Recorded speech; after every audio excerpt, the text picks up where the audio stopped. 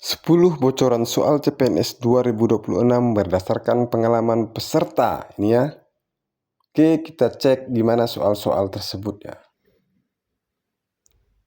Soal yang pertama, Anda adalah seorang pegawai di kantor yang bertugas mengelola program baru yang mendapatkan berbagai tanggapan dari masyarakat, baik positif maupun berupa kritik dan kekhawatiran.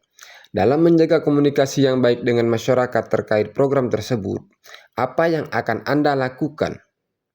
A.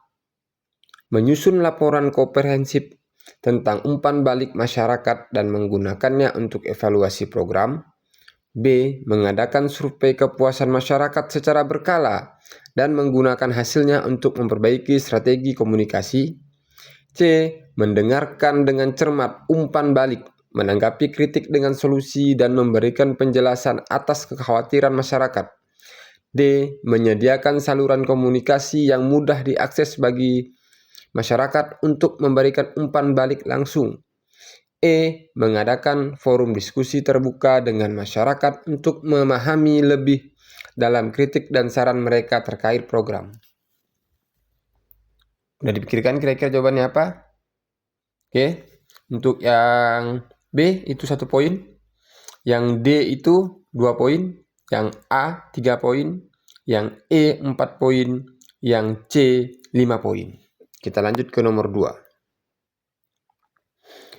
Anda sedang melayani seorang pelanggan di kantor pelayanan. Pada saat bersamaan, datang seorang tamu penting yang krusial bagi perusahaan dan harus segera ditangani agar tidak menimbulkan kerugian. Apa yang sebaiknya Anda lakukan?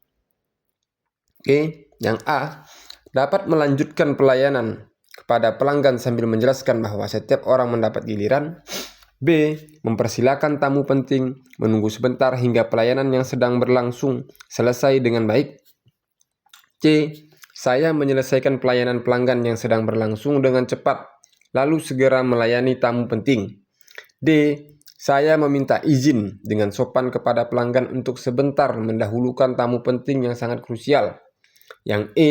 Saya meminta nasabah prioritas untuk mencari staf lain yang sedang longgar agar bisa diberikan pelayanan yang prima.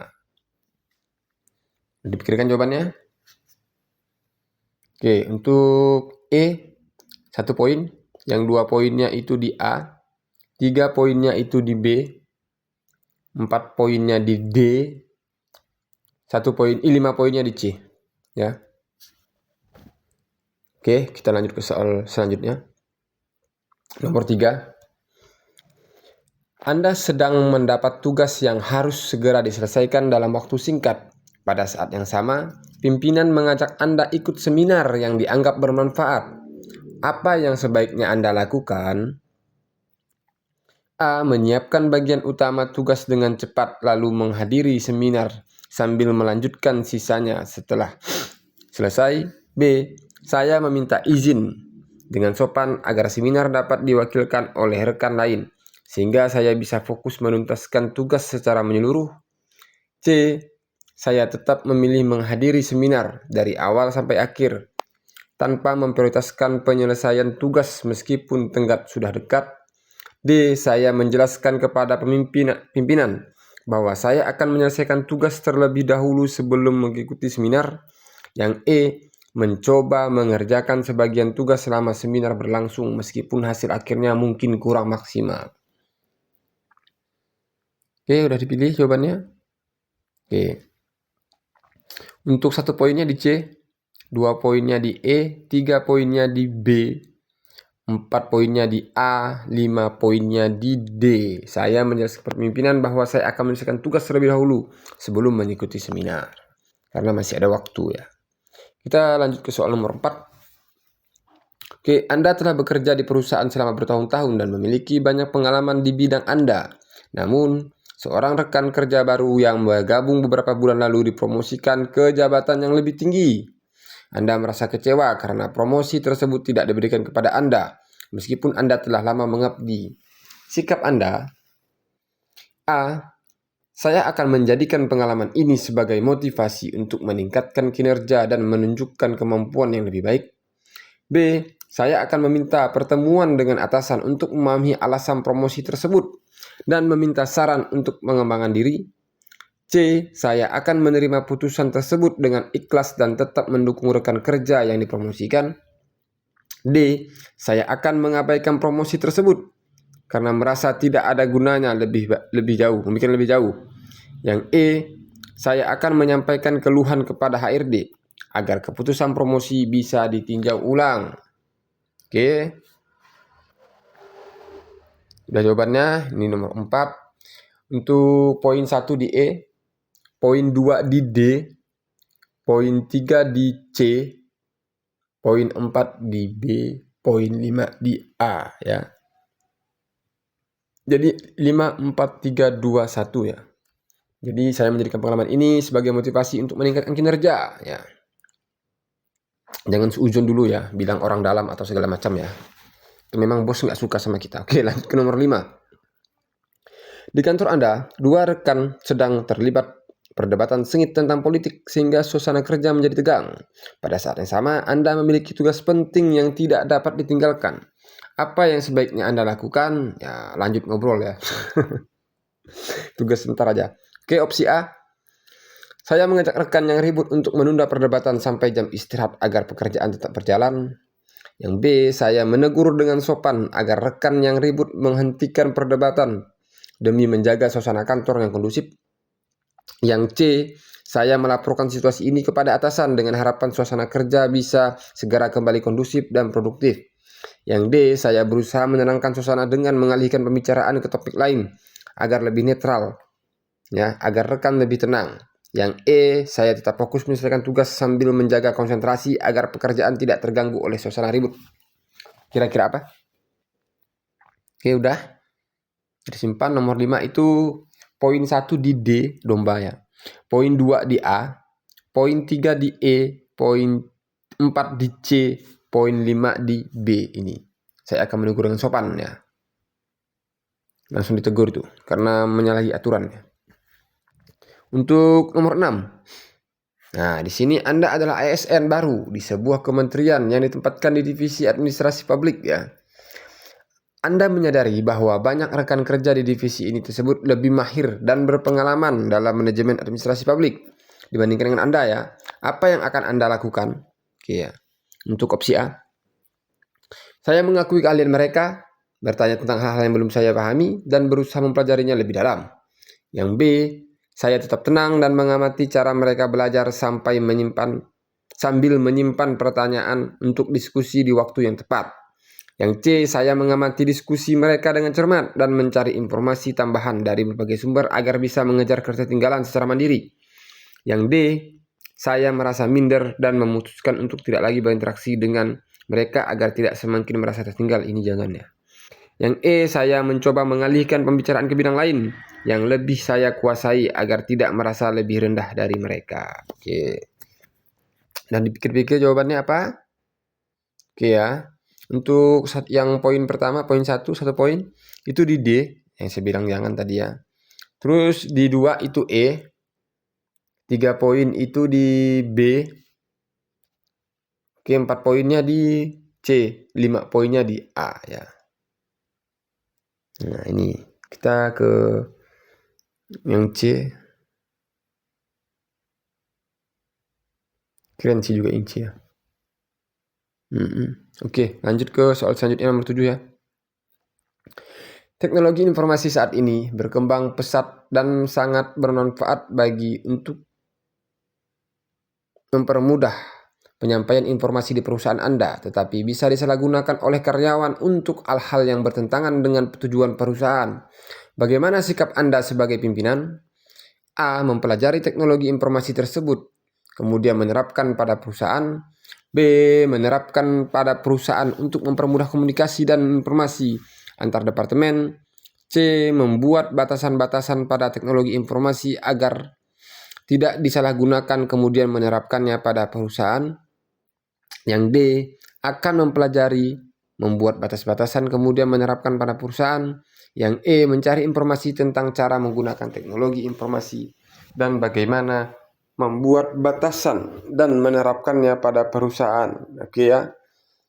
Di soal nomor 7 untuk 1 poin itu ada di B ya, ini ya. Terus 2 poinnya di A, 3 poinnya itu di D ya. 4 poinnya di E, 5 poinnya di C ya. Oke, kita lanjut ke nomor 8 ya. Sebagai kepala desa, Anda menghadapi kelompok warga yang menolak program bantuan sosial pemerintah kepada keluarga tertentu karena dianggap tidak tepat sasaran. Memicu ketegangan ini, ya. Apa tindakan Anda? Yang A, memfasilitasi pertemuan warga untuk menjelaskan kriteria penerimaan bantuan dan mencari solusi bersama atas keberatan Anda. Yang B, mengajukan revisi data penerima bantuan kepada pemerintah sambil menunda pelaksanaan program hingga masalah selesai. Yang C, mendiskusikan warga tentang mekanisme dan kriteria penentuan penerima bantuan untuk mengurangi kesalahpahaman. Yang D, meminta kelompok yang keberatan untuk menyampaikan protes secara resmi kepada pemerintah tanpa melibatkan seluruh warga. Yang E, membiarkan program tetap berjalan sesuai dengan data awal ya, tanpa memperdulikan keberatan warga, tidak memperlambat proses bantuan ya. Untuk nomor 8, 1 poinnya di D. Ini ya. Lari dari tanggung jawabnya ya. Terus yang 2 poinnya di E ya. Nah, ini nggak peduli nih, cuek nih. 3 poin di B. 4 poin di C. Ya, 5 poinnya di A. Ini ya. Oke, kita lanjut ke soal nomor 9. Anda diajak oleh teman dekat untuk ikut bergabung dalam sebuah organisasi yang ternyata terlarang. Ajakan ini disampaikan dengan serius dan teman berharap Anda mau ikut bergabung. Bagaimana sikap kita nih? Nah, kan? Yang A, saya menolak ajakan tersebut dengan sopan sambil mengingatkan bahwa kegiatan itu beresiko bagi dirinya ya. Yang B, saya mengalihkan pembicaraan sambil tetap menjaga hubungan baik agar ajakan itu tidak berlanjut lagi. Yang C, saya menolak ajakan tersebut dengan tegas sambil menjelaskan alasan bahwa organisasi itu tidak sesuai aturan. Yang D, saya tetap berhubungan baik dengan teman tersebut namun menghindari pembicaraan mengenai ajakan yang disampaikan. Yang D, saya memilih menjaga jarak dengan teman tersebut untuk sementara sambil tetap fokus pada kegiatan positif. Ya, nomor 9. 1 poin di D, terus yang 2 poin di E, 3 poin di B, ya, 4 poinnya di A, 5 poinnya di C. Saya melakukan tersebut dengan tegas sambil menjelaskan alasan bahwa tidak sesuai aturan. Dengan tegas ya. Kalau yang A tidak tegas. Ya oke, yang terakhir nomor 10 nih ya. Di sini kita sebagai seorang guru ya. Anda seorang guru yang ingin mengajak siswanya peduli terhadap bahaya radikalisme. Melalui proyek presentasi, langkah apa yang harus Anda lakukan untuk menyiapkan tugas proyek tersebut? Nah, langkah apa nih yang kita lakukan? Ya. Yang A, menyusun rubrik penilaian proyek, memberikan contoh presentasi yang baik, dan memberikan waktu yang cukup untuk penyelesaian proyeknya. Yang B, menyusun materi tentang bahaya radikalisme, memberikan sumber bacaan relevan, dan membimbing dalam proses pembuatan proyek. Yang C, menyusun tujuan proyek, memberikan kriteria presentasi yang jelas, dan memberikan kesempatan mengevaluasi diri dan teman sekelompoknya. Yang D, menyusun kelompok siswa secara acak, memberikan topik-topik yang beragam dan memberikan umpan balik kepada siswa setelah presentasi. Yang E, menyusun pertanyaan ya, menantang, memberikan kesempatan siswa untuk memilih topik dan media presentasi dan memberikan apresiasi. Oke.